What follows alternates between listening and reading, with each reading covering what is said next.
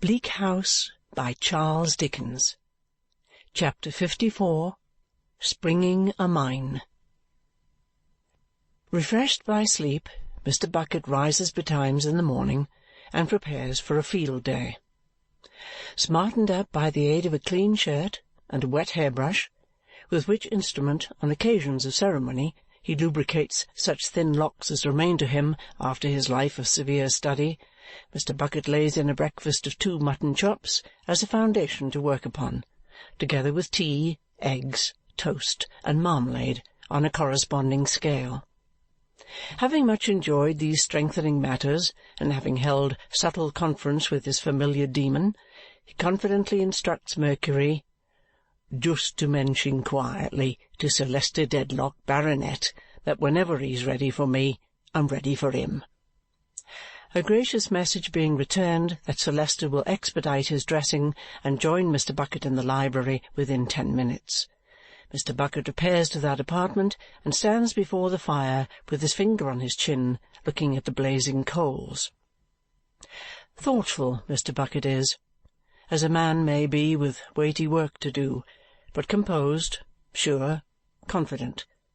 From the expression of his face he might be a famous whist-player for a large stake, say 100 guineas certain, with the game in his hand, but with a high reputation involved in his playing his hand out to the last card in a masterly way.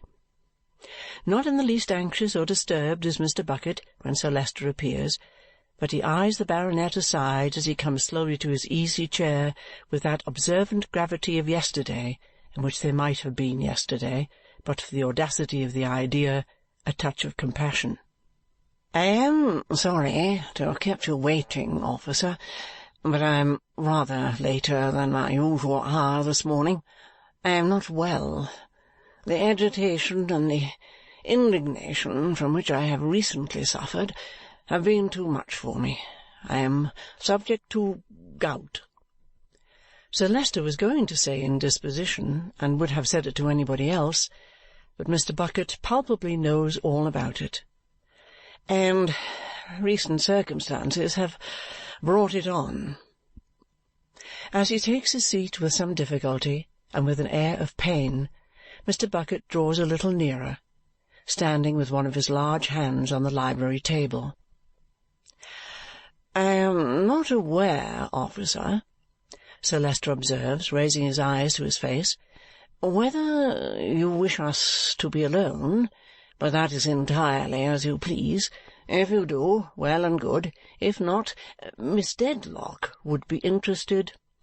"Why, Sir Leicester Dedlock, Baronet," returns Mr. Bucket, with his head persuasively on one side and his forefinger pendant at one ear like an earring, "we can't be too private just at present.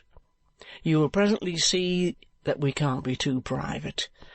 A lady, under the circumstances, and especially in Miss Dedlock's elevated station of society, can't but be agreeable to me, but speaking without a view to myself, I will take the liberty of assuring you that I know we can't be too private." "That is enough." "So much so, Sir Leicester Dedlock, Baronet," Mr. Bucket resumes, "that I was on the point of asking your permission to turn the key in the door." "By all means." Mr. Bucket skilfully and softly takes that precaution, stooping on his knee for a moment from mere force of habit so to adjust the key in the lock as that no one shall peep in from the outer side. "Sir Leicester Dedlock, Baronet, I mentioned yesterday evening that I wanted but a very little to complete this case. I have now completed it, and collected proof against the person who did this crime."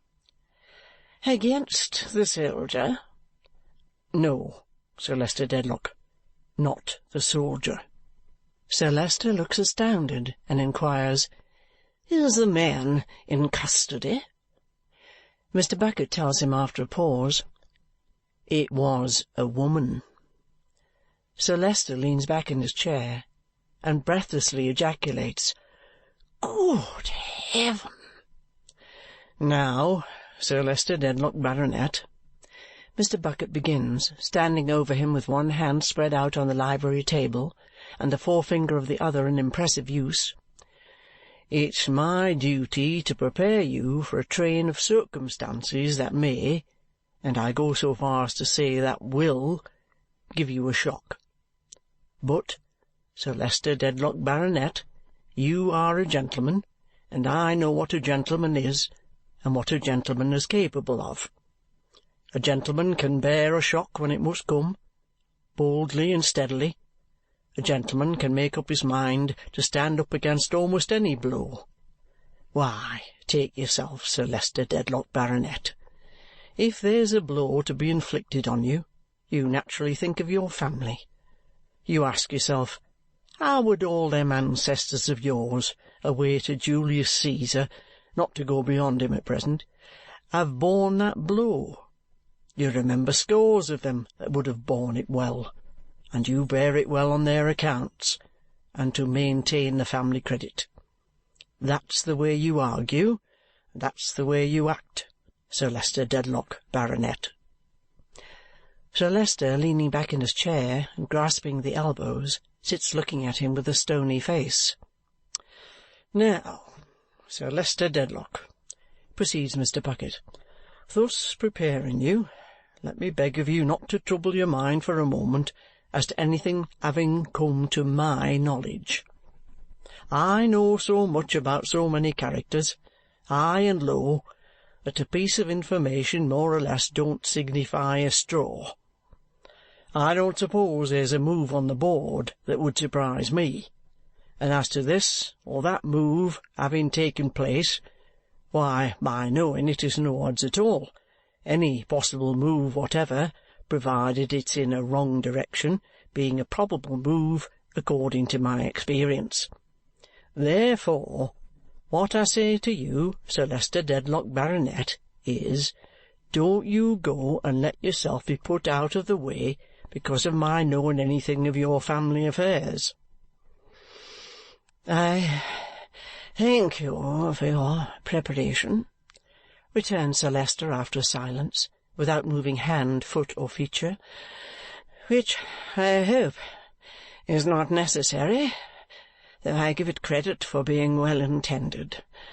Be so good as to go on. Also," Sir Leicester seems to shrink in the shadow of his figure, "also to take a seat, if you have no objection." "None at all." Mr. Bucket brings a chair and diminishes his shadow. "Now, Sir Leicester Dedlock, Baronet, with this short preface, I come to the point. Lady Dedlock—" Sir Leicester raises himself in his seat and stares at him fiercely. Mr. Bucket brings the finger into play as an emollient. "Lady Dedlock, you see, she's universally admired. That's what her ladyship is.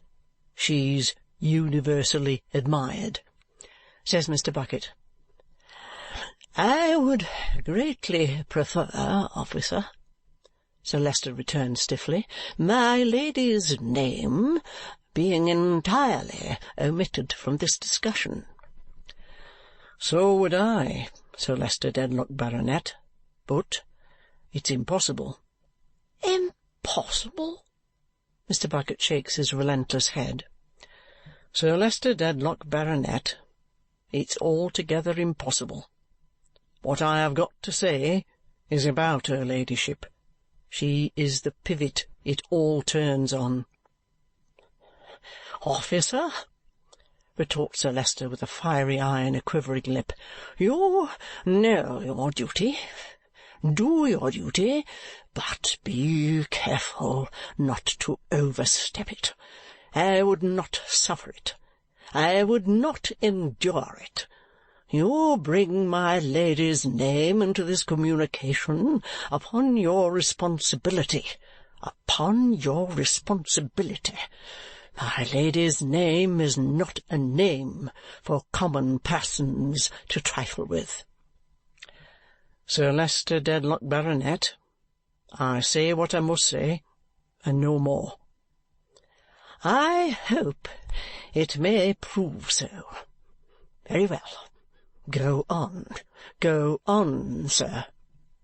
Glancing at the angry eyes which now avoid him, and at the angry figure trembling from head to foot, yet striving to be still, Mr. Bucket feels his way with his forefinger, and in a low voice proceeds. Sir Leicester Dedlock, Baronet, it becomes my duty to tell you that the deceased Mr. Tulkinghorn long entertained mistrusts and suspicions of Lady Dedlock. If he had dared to breathe them to me, sir, which he never did, I would have killed him myself, exclaimed Sir Leicester, striking his hand upon the table. But in the very heat and fury of the act he stops, fixed by the knowing eyes of Mr. Bucket, whose forefinger is slowly going, and who, with mingled confidence and patience, shakes his head. Sir Leicester Dedlock, the deceased Mr. Tulkinghorn was deep and close, and what he fully had in his mind in the very beginning I can't quite take upon myself to say, but I know from his lips that he long ago suspected Lady Dedlock of having discovered, through the sight of some handwriting in this very house, and when you yourself, Sir Leicester Dedlock, were present, the existence in great poverty of a certain person who had been her lover before you courted her, and who ought to have been her husband. Mr. Bucket stops and deliberately repeats, ought to have been her husband. Not a doubt about it. I know from his lips that when that person soon afterwards died, he suspected Lady Dedlock of visiting his wretched lodging and his wretched grave, alone and in secret. I know from my own inquiries and through my eyes and ears that Lady Dedlock did make such visit in the dress of her own maid, for the deceased Mr. Tulkinghorn employed me to reckon up her ladyship, if you'll excuse my making use of the term we commonly employ, and I reckoned her up, so far, completely. I confronted the maid in the chambers in Lincoln's Inn Fields with a witness who had been Lady Dedlock's guide, and there couldn't be the shadow of a doubt that she had worn the young woman's dress unknown to her. Sir Leicester Dedlock, Baronet, I did endeavour to pave the way a little towards these unpleasant disclosures yesterday by saying that very strange things happened even in high families sometimes. All this and more has happened in your family, and to and through your own lady. It's my belief that the deceased Mr. Tulkinghorn followed up these inquiries to the hour of his death, and that he and Lady Dedlock even had bad blood between them upon the matter that very night. Now, only you put that to Lady Dedlock, Sir Leicester Dedlock, Baronet, and ask her ladyship whether, even after he had left here, she didn't go down to his chambers with the intention of saying something further to him, dressed in a loose black mantle with a deep fringe to it. Sir Leicester sits like a statue, gazing at the cruel finger that is probing the life-blood of his heart. You put that to her ladyship, Sir Leicester Dedlock, Baronet, from me, Inspector Bucket, of the detective, and if her ladyship makes any difficulty about admitting of it, you tell her that it's no use, that Inspector Bucket knows it, and knows that she passed the soldier as you called him, though he's not in the army now, and knows that she knows she passed him on the staircase. Now, Sir Leicester Dedlock, Baronet, why do I relate all this? Sir Leicester, who has covered his face with his hands, uttering a single groan, requests him to pause for a moment. By and by he takes his hands away, and so preserves his dignity and outward calmness, though there is no more colour in his face than in his white hair, that Mr. Bucket is a little awed by him. Something frozen and fixed is upon his manner, over and above its usual shell of haughtiness, and Mr. Bucket soon detects an unusual slowness in his speech, with now and then a curious trouble in beginning, which occasions him to utter inarticulate sounds. With such sounds he now breaks silence. Soon, however, controlling himself to say that he does not comprehend why a gentleman so faithful and zealous as the late Mr. Tulkinghorn should have communicated to him nothing of this painful, this distressing, this unlooked-for, this overwhelming, this incredible intelligence. "Again, Sir Leicester Dedlock, Baronet," returns Mr. Bucket, "put it to her ladyship to clear that up. Put it to her ladyship, if you think it right, from Inspector Bucket of the Detective. You'll find, or I'm much mistaken, that the deceased Mr. Tulkinghorn had the intention of communicating the whole to you as soon as he considered it ripe, and further that he had given her ladyship so to understand. Why, he might have been going to reveal it the very morning when I examined the body. You don't know what I'm going to say and do 5 minutes from this present time, Sir Leicester Dedlock, Baronet, and supposing I was to be picked off now, you might wonder why I hadn't done it. Don't you see?" True, Sir Leicester, avoiding with some trouble those obtrusive sounds, says, "True." At this juncture a considerable noise of voices is heard in the hall. Mr. Bucket, after listening, goes to the library door, softly unlocks and opens it, and listens again.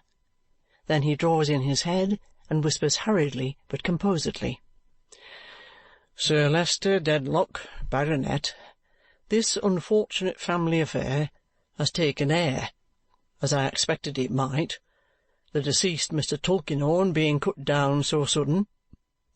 The chance to hush it is to let in these people now in a wrangle with your footman. Would you mind sitting quiet, on the family account, while I reckon them up? And would you just throw in a nod when I seem to ask you for it?" Sir Leicester indistinctly answers, "Officer, the best you can, the best you can." And Mr. Bucket, with a nod and a sagacious crook of the forefinger, slips down into the hall, where the voices quickly die away. He is not long in returning, a few paces ahead of Mercury and a brother deity also powdered and in peach-blossomed smalls, who bear between them a chair in which is an incapable old man. Another man and 2 women come behind. Directing the pitching of the chair in an affable and easy manner, Mr. Bucket dismisses the Mercuries and locks the door again. Sir Leicester looks on at this invasion of the sacred precincts with an icy stare. "Now, perhaps you may know me, ladies and gentlemen," says Mr. Bucket in a confidential voice. "I am Inspector Bucket of the Detective. I am. And this," producing the tip of his convenient little staff from his breast-pocket, "is my authority. Now, you wanted to see Sir Leicester Dedlock, Baronet. Well, you do see him. And mind you, it ain't every one as is admitted to that honour. Your name, old gentleman, is Smallweed. That's what your name is. I know it well." "Well, and you never heard any harm of it?" cries Mr. Smallweed in a shrill, loud voice. "You don't happen to know why they killed the pig, do you?" retorts Mr. Bucket with a steadfast look, but without loss of temper. "No." "Why, they killed him," says Mr. Bucket, "on account of his having so much cheek. Don't you get into the same position, because it isn't worthy of you. You ain't in the habit of conversing with a deaf person, are you?" "Yes," snarls Mr. Smallweed. "My wife's deaf." "That accounts for your pitching your voice so high. But as she ain't here, just pitch it an octave or 2 lower, will you? And I'll not only be obliged to you, but it'll do you more credit," says Mr. Bucket. "This other gentleman is in the preaching line, I think." "Name of Chadband," Mr. Smallweed puts in, speaking henceforth in a much lower key. Once had a friend and brother sergeant of the same name," says Mr. Bucket, offering his hand, "and consequently feel a liking for it. Mrs. Chadband, no doubt." "And Mrs. Snagsby," Mr. Smallweed introduces. "Husband, a law stationer, and a friend of my own," says Mr. Bucket. "Love him like a brother. Now, what's up?" "Do you mean what business have we come upon?" Mr. Smallweed asks, a little dashed by the suddenness of this turn. "Ah, you know what I mean. Let us hear what it's all about in presence of Sir Leicester Dedlock, Baronet. Come." Mr. Smallweed, beckoning Mr. Chadband, takes a moment's counsel with him in a whisper. Mr. Chadband, expressing a considerable amount of oil from the pores of his forehead and the palms of his hands, says aloud, "Yes, yes, you first," and retires to his former place. "I was the client and friend of Mr. Tulkinghorn," pipes Grandfather Smallweed then. "I did business with him. I was useful to him, and he was useful to me. Krook, dead and gone, was my brother-in-law. He was own brother to a brimstone magpie, leastways, Mrs. Smallweed. I come into Krook's property. I examined all his papers and all his effects. They was all dug out under my eyes. There was a bundle of letters belonging to a dead and gone lodger, as was hid away at the back of a shelf in the side of Lady Jane's bed, his cat's bed. He hid all manner of things away, everywheres. Mr. Tulkinghorn wanted 'em, and got 'em, but I looked 'em over first. I'm a man of business, and I took a squint at 'em. There was letters from the lodger's sweetheart, and she signed Honoria. Dear me, that's not a common name, Honoria, is it? There's no lady in this house that signs Honoria, is there? Oh, no, I don't think so. Oh, no, I don't think so. And not in the same hand, perhaps. Oh, no, I don't think so." Here Mr. Smallweed, seized with a fit of coughing in the midst of his triumph, breaks off to ejaculate, "Oh, dear me, oh, Lord, I'm shaken all to pieces." "Now, when you're ready," says Mr. Bucket, after awaiting his recovery, "to come to anything that concerns Sir Leicester Dedlock, Baronet, here the gentleman sits, you know." "Haven't I come to it, Mr. Bucket?" cries Grandfather Smallweed. "Isn't the gentleman concerned yet?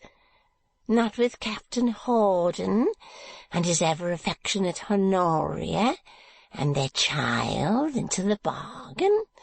Come, then, I want to know where those letters are. That concerns me. If it don't concern Sir Leicester Dedlock, I won't know where they are. I won't have 'em disappear so quietly. I handed 'em over to my friend and solicitor, Mr. Tulkinghorn, not to anybody else." "Why, he paid you for 'em, you know, and handsome too," says Mr. Bucket. "I don't care for that. I want to know who's got 'em.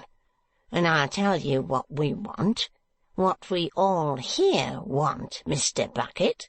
We want more painstaking and search-making into this murder. We know where the interest and the motive was, and you have not done enough. If George the vagabond dragoon had any hand in it, he was only an accomplice and was set on. You know what I mean as well as any man." "Now, I tell you what," says Mr. Bucket, instantaneously altering his manner, coming close to him, and communicating an extraordinary fascination to the forefinger. "I am damned if I am a-going to have my case spoilt, or interfered with, or anticipated by so much as half a second of time by any human being in creation. You want more painstaking and search-making. You do. Do you see this hand? Do you think that I don't know the right time to stretch it out and put it on the arm that fired that shot." Such is the dread power of the man, and so terribly evident it is that he makes no idle boast, that Mr. Smallweed begins to apologize. Mr. Bucket, dismissing his sudden anger, checks him. "The advice I give you is, don't you trouble your head about the murder. That's my affair. You keep half an eye on the newspapers, and I shouldn't wonder if you was to read something about it before long, if you look sharp. I know my business, and that's all I've got to say to you on that subject. Now, about those letters. You want to know who's got 'em? I don't mind telling you. I've got 'em. Is that the packet?" Mr. Smallweed looks with greedy eyes at the little bundle Mr. Bucket produces from a mysterious part of his coat, and identifies it as the same. "What have you got to say next?" asks Mr. Bucket. "Now, don't open your mouth too wide, because you don't look handsome when you do it." "I want £500. "No, you don't. You mean 50, says Mr. Bucket humorously. It appears, however, that Mr. Smallweed means 500. "That is, I am deputed by Sir Leicester Dedlock, Baronet, to consider, without admitting or promising anything, this bit of business," says Mr. Bucket. Sir Leicester mechanically bows his head. "And you ask me to consider a proposal of £500. Why, it's an unreasonable proposal. 250 would be bad enough, but better than that. Hadn't you better say 250? Mr. Smallweed is quite clear that he had better not. "Then," says Mr. Bucket, "let's hear Mr. Chadband. Lord, many a time I've heard my fellow sergeant of that name, and a moderate man he was in all respects, as ever I come across." Thus invited, Mr. Chadband steps forth, and after a little sleek smiling and a little oil grinding with the palms of his hands, delivers himself as follows. "My friends, we are now, Rachel, my wife, and I, in the mansions of the rich and great. Why are we now in the mansions of the rich and great, my friends? Is it because we are invited? Because we are bidden to feast with them? Because we are bidden to rejoice with them? Because we are bidden to play the lute with them? Because we are bidden to dance with them? No. Then why are we here, my friends? Are we in possession of a sinful secret? And do we require corn and wine and oil? Oh, it is much the same thing, money for the keeping thereof. Probably so, my friends." "You're a man of business, you are," returns Mr. Bucket, very attentive, "and consequently you're going on to mention what the nature of your secret is. You're right. You couldn't do better." "Let us then, my brother, in a spirit of love," says Mr. Chadband with a cunning eye, "proceed unto it. Rachel, my wife, advance." Mrs. Chadband, more than ready, so advances as to jostle her husband into the background, and confronts Mr. Bucket with a hard frowning smile. "Since you want to know what we know," says she, "I'll tell you. I helped to bring up Miss Hawdon, her ladyship's daughter. I was in the service of her ladyship's sister, who was very sensitive to the disgrace her ladyship brought upon her, and gave out even to her ladyship that the child was dead. She was, very nearly so, when she was born, but she's alive, and I know her." With these words, and a laugh, and laying a bitter stress on the word ladyship, Mrs. Chadband folds her arms and looks implacably at Mr. Bucket. "I suppose now," returns that officer, "you will be expecting a £20 note or a present of about that figure." Mrs. Chadband merely laughs and contemptuously tells him he can offer 20 pence.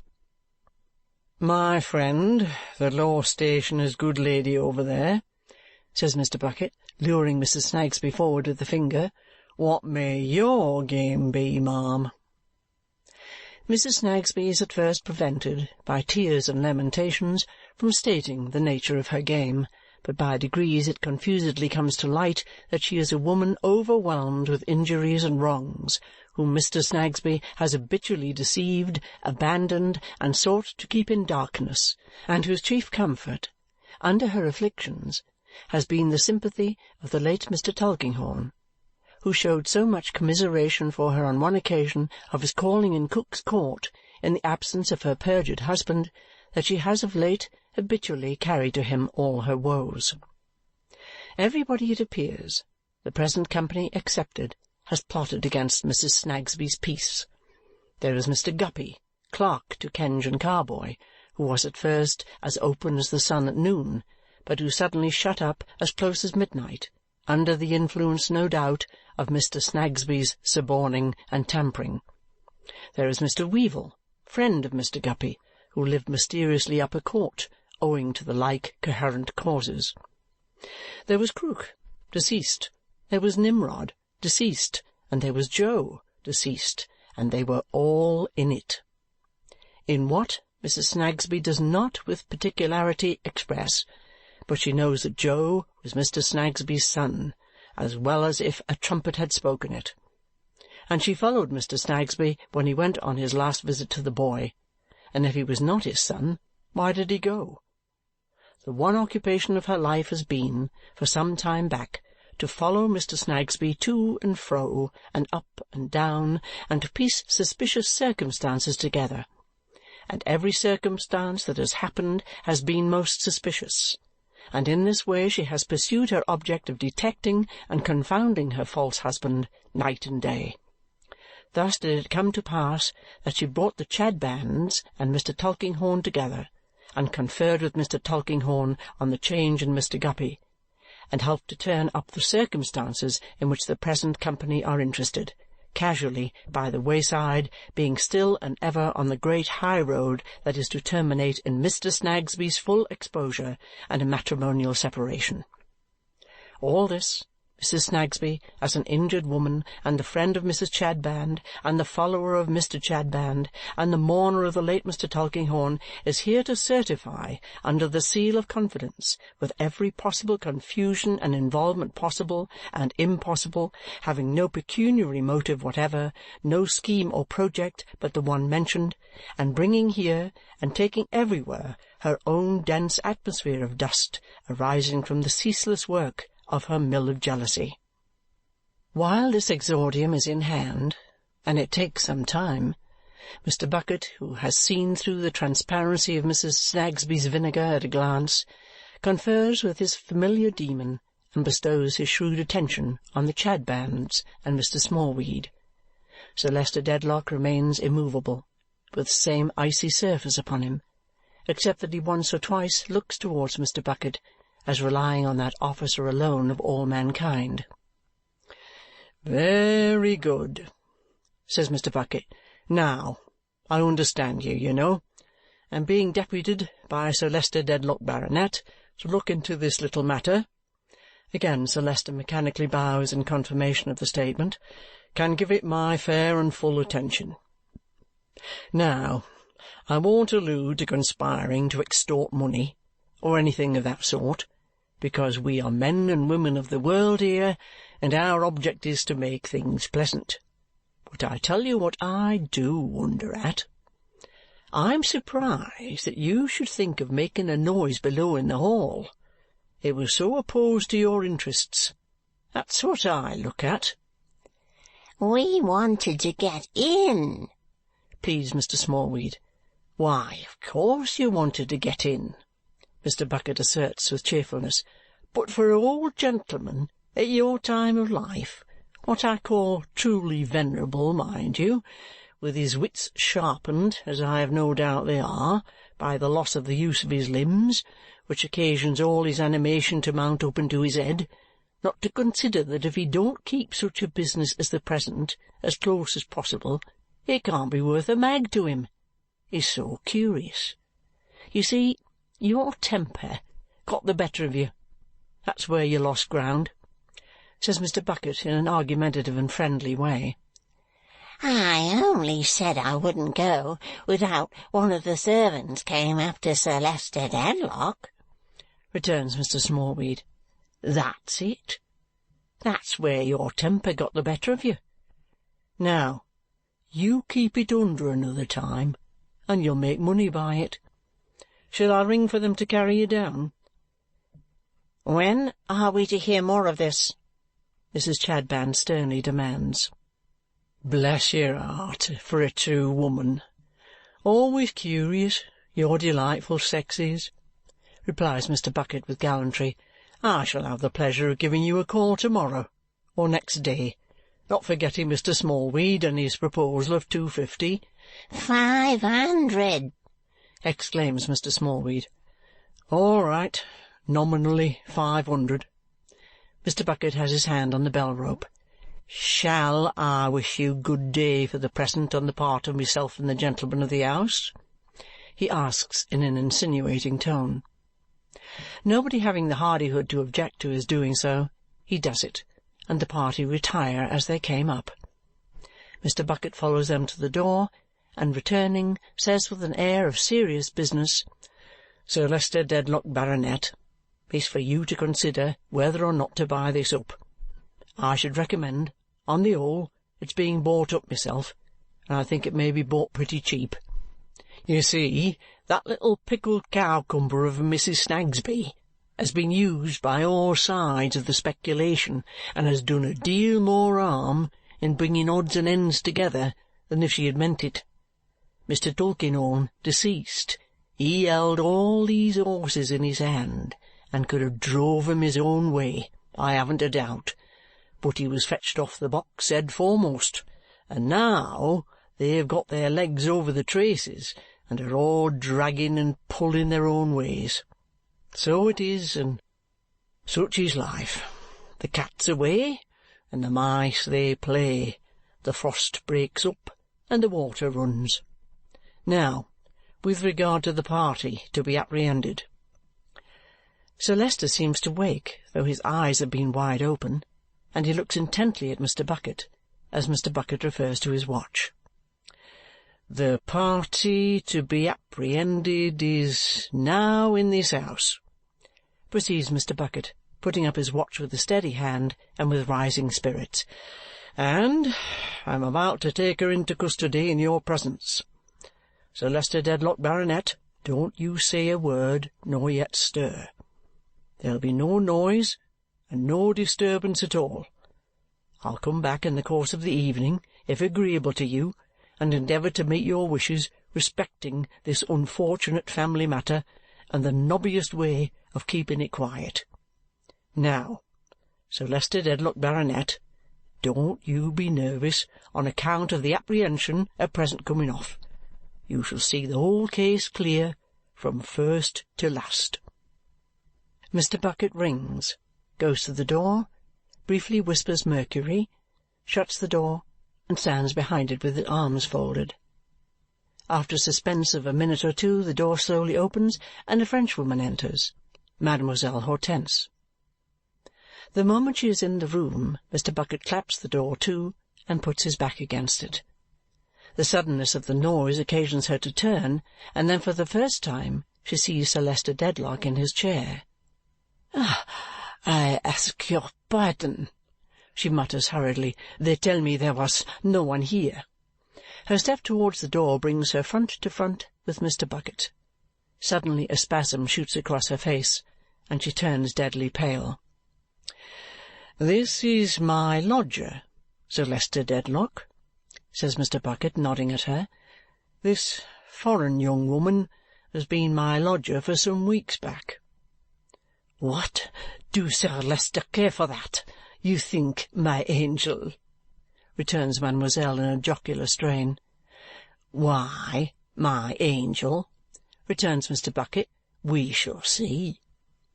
Mademoiselle Hortense eyes him with a scowl upon her tight face, which gradually changes into a smile of scorn. "You are very mysterious. Are you drunk?" "Tolerable sober, my angel," returns Mr. Bucket. I come from arriving at this so detestable house with your wife. Your wife have left me since some minutes. They tell me downstairs that your wife is here. I come here, and your wife is not here. What is the intention of this fool's play? Say then." Mademoiselle demands, with her arms composedly crossed, but with something in her dark cheek beating like a clock. Mr. Bucket merely shakes the finger at her. "Ah, my God, you are an unhappy idiot!" cries Mademoiselle with a toss of her head and a laugh. "Leave me to pass downstairs, great pig!" with a stamp of her foot and a menace.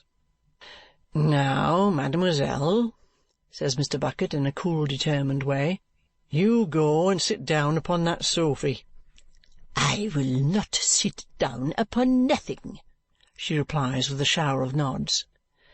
"Now, mademoiselle," repeats Mr. Bucket, making no demonstration except with the finger, "you sit down upon that sofy."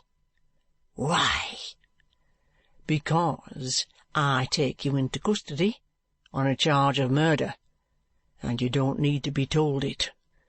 Now, I want to be polite to one of your sex and a foreigner, if I can. If I can't, I must be rough, and there's rougher ones outside. What I am to be depends on you, so I recommend you, as a friend, afore another half a blessed moment has passed over your head, to go and sit down upon that sofy." Mademoiselle complies, saying in a concentrated voice, while that something in her cheek beats fast and hard, "You are a devil." "Now, you see," Mr. Bucket proceeds approvingly, "you're comfortable and conducting yourself as I should expect a foreign young woman of your sense to do. So I'll give you a piece of advice, and it's this. Don't you talk too much. You're not expected to say anything here, and you can't keep too quiet a tongue in your head. In short, the less you parley, the better, you know." Mr. Bucket is very complacent over this French explanation. Mademoiselle, with that tigerish expansion of the mouth and her black eyes darting fire upon him, sits upright on the sofa in a rigid state, with her hands clenched, and her feet too, one might suppose, muttering, "Oh, you Bucket, you are a devil." "Now, Sir Leicester Dedlock, Baronet," says Mr. Bucket, and from this time forth the finger never rests, "this young woman, my lodger, was her ladyship's maid at the time I've mentioned to you, and this young woman, besides being extraordinary vehement and passionate against her ladyship after being discharged—" "Lie!" cries mademoiselle. "I discharge myself." "Now, why don't you take my advice?" returns Mr. Bucket in an impressive, almost in an imploring tone. "I'm surprised at the indiscreetness you commit. You'll say something that'll be used against you, you know. You're sure to come to it. Never you mind what I say till it's given in evidence. It is not addressed to you." "Discharged too?" cries mademoiselle furiously. "By her ladyship? Eh? My faith, a pretty ladyship! Why, I ruin my character by remaining with a ladyship so infame." "Upon my soul, I wonder at you," Mr. Bucket remonstrates. "I thought the French were a polite nation. I did, really. Yet to hear a female going on like that before Sir Leicester Dedlock, Baronet—" "He is a poor abused," cries mademoiselle. "I spit upon his house, upon his name, upon his imbecility." All of which she makes the carpet represent. "Oh, that he is a great man! Oh, yes, superb! Oh, heaven! Bah!" "Well, Sir Leicester Dedlock," proceeds Mr. Bucket, "this intemperate foreigner also angrily took it into her head that she had established a claim upon Mr. Tulkinghorn, deceased. by attending on the occasion I told you of at his chambers, though she was liberally paid for her time and trouble." "Lie!" cries mademoiselle. "I refuse his money altogether." "If you will parley, you know," says Mr. Bucket parenthetically, "you must take the consequences. Now, whether she became my lodger, Sir Leicester Dedlock, with any deliberate intent then of doing this deed and blinding me, I give no opinion on, but she lived in my house in that capacity at the time that she was hovering about the chambers of the deceased Mr. Tulkinghorn with a view to a wrangle, and likewise persecuting and half frightening the life out of an unfortunate stationer." "Lie!" cries mademoiselle. "All lie!" "The murder was committed, Sir Leicester Dedlock, Baronet, and you know under what circumstances. Now, I beg of you to follow me close with your attention for a minute or two. I was sent for, and the case was entrusted to me. I examined the place, and the body, and the papers, and everything. From information I received from a clerk in the same house, I took George into custody as having been seen hanging about there on the night, and at very nigh the time of the murder, also as having been overheard in high words with the deceased on former occasions, even threatening him, as the witness made out. If you ask me, Sir Leicester Dedlock, whether from the first I believed George to be the murderer, I tell you candidly, no. But he might be, notwithstanding, and there was enough against him to make it my duty to take him and get him kept under remand. Now observe."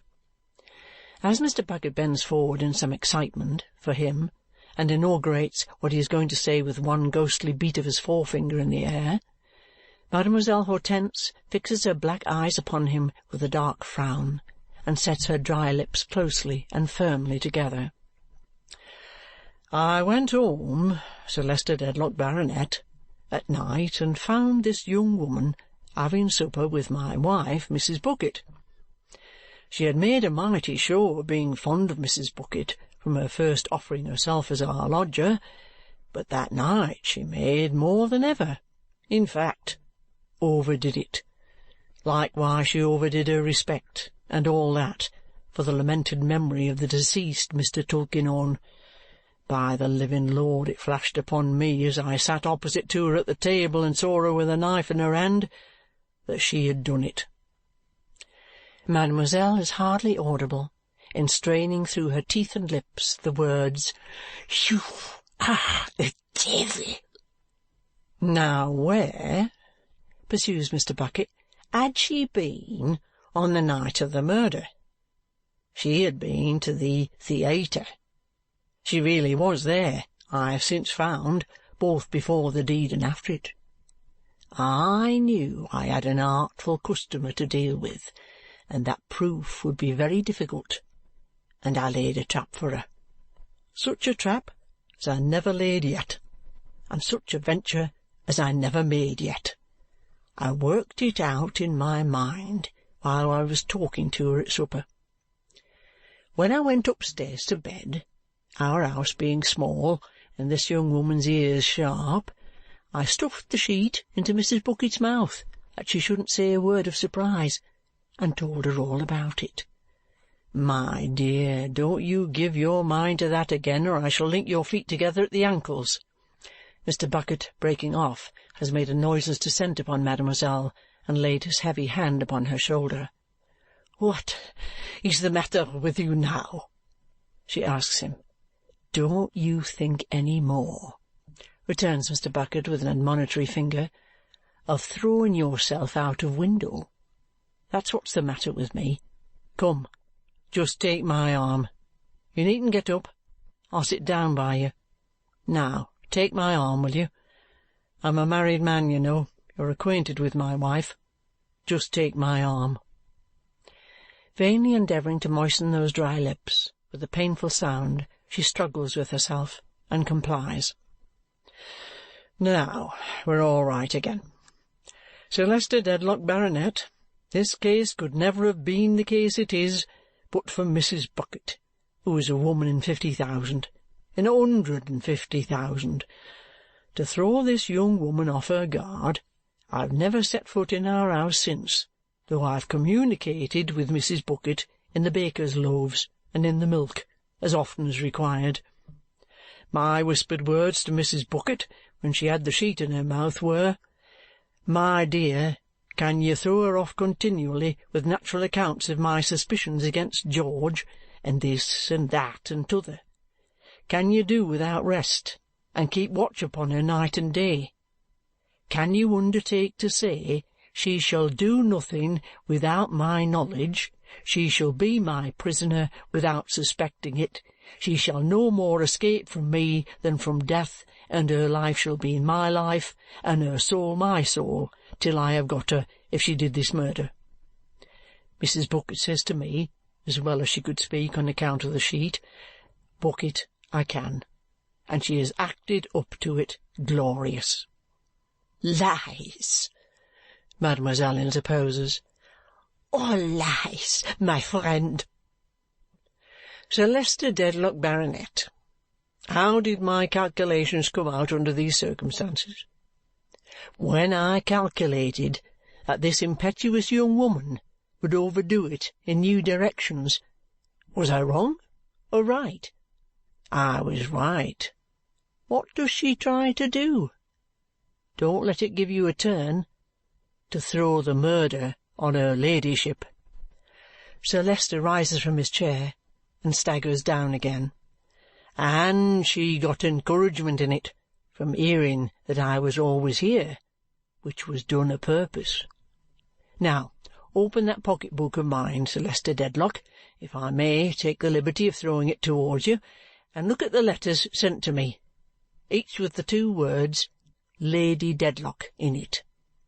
Open the one directed to yourself, which I stopped this very morning, and read the 3 words, Lady Dedlock Murderess, in it. These letters have been falling about like a shower of ladybirds. What do you say now to Mrs. Bucket from her spy place, having seen them all written by this young woman?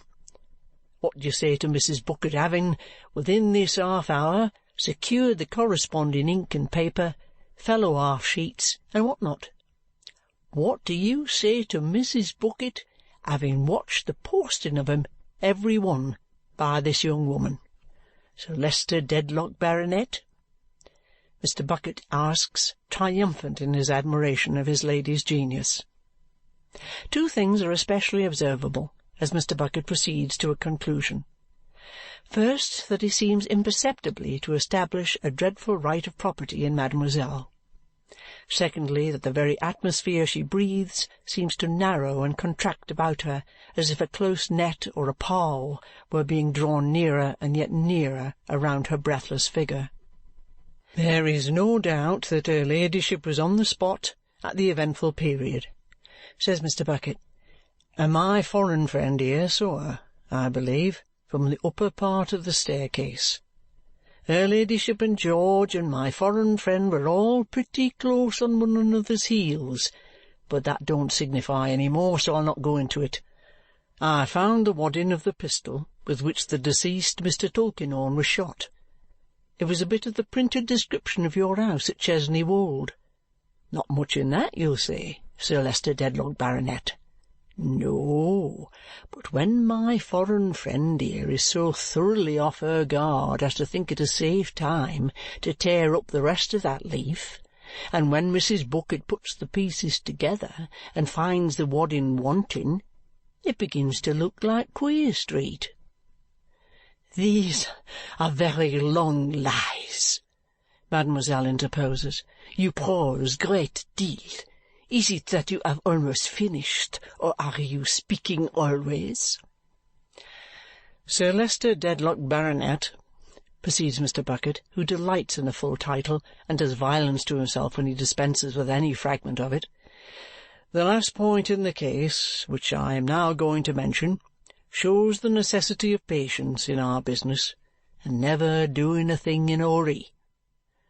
I watched this young woman yesterday without her knowledge when she was looking at the funeral, in company with my wife, who planned to take her there. And I had so much to convict her, and I saw such an expression in her face, and my mind so rose against her malice towards her ladyship, and the time was altogether such a time for bringing down what you may call retribution upon her, that if I had been a younger hand, with less experience, I should have taken her, certain. Equally, last night, when her ladyship, as is so universally admired, I am sure, come home looking, why, Lord, a man might almost say like Venus, rising from the ocean. It was so unpleasant and inconsistent to think of her being charged with a murder of which she was innocent that I felt quite to want to put an end to the job. What should I have lost? Sir Leicester Dedlock, Baronet, I should have lost the weapon. My prisoner here proposed to Mrs. Bucket, after the departure of the funeral, that they should go per bus a little ways into the country and take tea at a very decent house of entertainment. Now, near that house of entertainment there's a piece of water. At tea, my prisoner got up to fetch her pocket-handkerchief from the bedroom where the bonnets was. She was rather a long time gone, and came back a little out of wind. As soon as they came home, this was reported to me by Mrs. Bucket, along with her observations and suspicions. I had the piece of water dragged by moonlight in presence of a couple of our men, and the pocket-pistol was brought up before it had been there 6 hours. Now, my dear, put your arm a little further through mine and hold it steady, and I shan't hurt you." In a trice Mr. Bucket snaps a handcuff on her wrist. "That's one," says Mr. Bucket. "Now the other, darling. 2, and all told." He rises, she rises too. "Where?" she asks him, darkening her large eyes until their drooping lids almost conceal them, and yet they stare. "Where is your false, your treacherous and cursed wife?" "She gone for'ard to the police office," returns Mr. Bucket. "You'll see her there, my dear." "I would like to kiss her," exclaims Mademoiselle Hortense, panting tigress-like. "You'd bite her, I suspect," says Mr. Bucket. "I would," making her eyes very large. "I would love to tear her limb from limb." "Bless you, darling," says Mr. Bucket with the greatest composure. "I'm fully prepared to hear that. Your sex have such a surprising animosity against one another when you do differ. You don't mind me half so much, do you?" "No, though you are a devil still." "Angel and devil by turns, eh?" cries Mr. Bucket. "But I am in my regular employment, you must consider. Let me put you ashore tidy. I've been lady's maid to a good many before now. Anything wanting to the bonnet? There's a cab at the door." Mademoiselle Hortense, casting an indignant eye at the glass, shakes herself perfectly neat in one shake and looks, to do her justice, uncommonly genteel. "Listen, then, my angel," says she after several sarcastic nods. "You are very spiritual, but can you restore him back to life?" Mr. Bucket answers, "Not exactly." "That is droll. Listen yet one more time. You are very spiritual. Can you make an honourable lady of her?"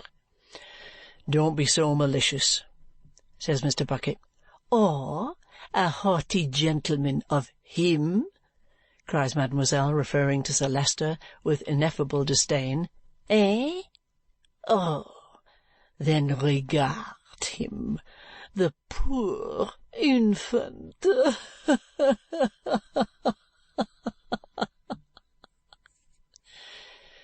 "Come, come. Why, this is worse parleying than the other," says Mr. Bucket. "Come along." "You cannot do these things. then you can do as you please with me. It is but the death. It is all the same. Let us go, my angel. Adieu, you old man grey. I pity you, and I despise you." With these last words she snaps her teeth together, as if her mouth closed with a spring. It is impossible to describe how Mr. Bucket gets her out, but he accomplishes that feat in a manner so peculiar to himself, enfolding and pervading her like a cloud, and hovering away with her as if he were a homely Jupiter and she the object of his affections. Sir Leicester, left alone, remains in the same attitude, as though he were still listening and his attention were still occupied. At length he gazes round the empty room, and finding it deserted, rises unsteadily to his feet, pushes back his chair, and walks a few steps, supporting himself by the table. Then he stops, and with more of those inarticulate sounds, lifts up his eyes and seems to stare at something. Heaven knows what he sees. The green woods of Chesney Wold, the noble house, the pictures of his forefathers, strangers defacing them, officers of police coarsely handling his most precious heirlooms, thousands of fingers pointing at him, thousands of faces sneering at him. But if such shadows flit before him to his bewilderment, there is one other shadow which he can name with something like distinctness even yet, and to which alone he addresses his tearing of his white hair and his extended arms. It is she, in association with whom, saving that she has been for years a main fibre of the root of his dignity and pride, he has never had a selfish thought. It is she whom he has loved, admired, honoured, and set up for the world to respect. It is she who, at the core of all the constrained formalities and conventionalities of his life, has been a stock of living tenderness and love, susceptible as nothing else is of being struck with the agony he feels. He sees her, almost to the exclusion of himself, and cannot bear to look upon her cast down from the high place she has graced so well. And even to the point of his sinking on the ground, oblivious of his suffering, he can yet pronounce her name with something like distinctness in the midst of those intrusive sounds, and in a tone of mourning and compassion rather than reproach. End of chapter 54.